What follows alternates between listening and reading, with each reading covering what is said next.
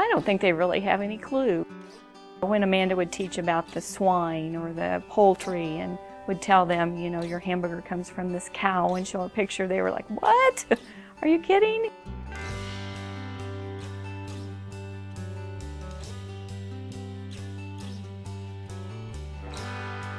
One of the things that we do on the first day of the program is these students take a pretest. And on the pretest it asks, where does your food come from? And the amount of students that write down Walmart was so surprising to me. Every third grader obviously has a different background. Some may have a better knowledge than others, but for the majority, I would say that they're disconnected to where food is produced, how it's grown, how it's raised. We have a job here, and that's why I do what I do and why I'm passionate about it, because I can get out there and I can close some of that disconnect.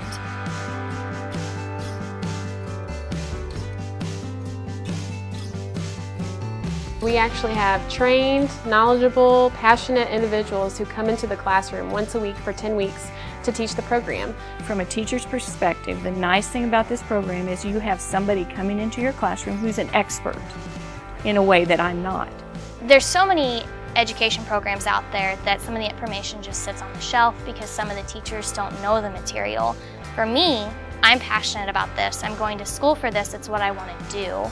During the 10-week program, we focus on crops, livestock, soil and water conservation, nutrition, and careers that are involved in agriculture. So you've got an expert coming in and telling your students great things and bringing great activities that they love to do that helps them make a connection to agriculture.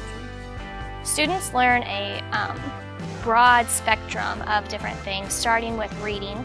They learn writing skills. You know, we read books in class about calves or different things like that. We also touch a lot on science because that's what ag is, so that is probably our number one. But they also get information, you know, math information. How many days does it take for a chicken to lay the egg? They have to learn all that, and it has to set in their mind as well.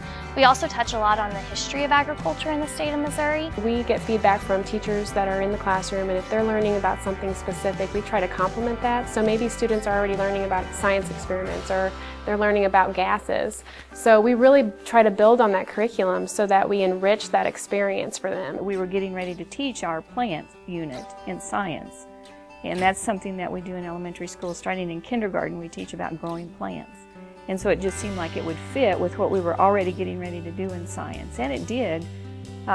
You know, there was that component of raising corn and soybeans, but there was a lot more to it. You know, we were so pleasantly surprised by the amount of information that our kids learned beyond what we were getting ready to teach them.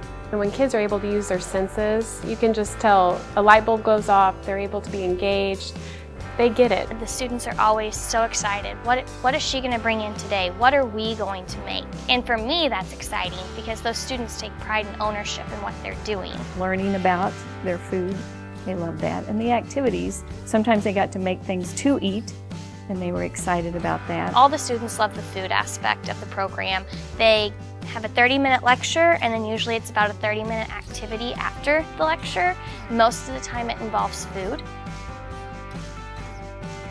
It's totally free to the school. We provide all of the activities, we provide all of the work booklets to the students.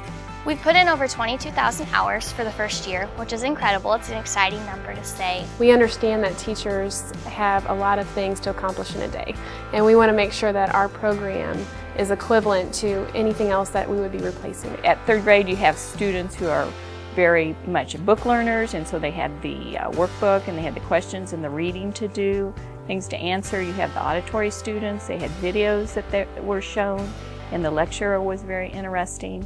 And then you have the hands-on learners, and that tied it all together, some kind of an activity, so that each class focused on one type of agriculture, and they learned one thing really well. You see students bloom and blossom at the end of the 10 weeks, and you start by talking to them and planting that seed. You give them some information, which is like giving them nutrients and water, and they just roll with it. They grow, and by the end of the 10 weeks, you see a product that you're awfully proud of.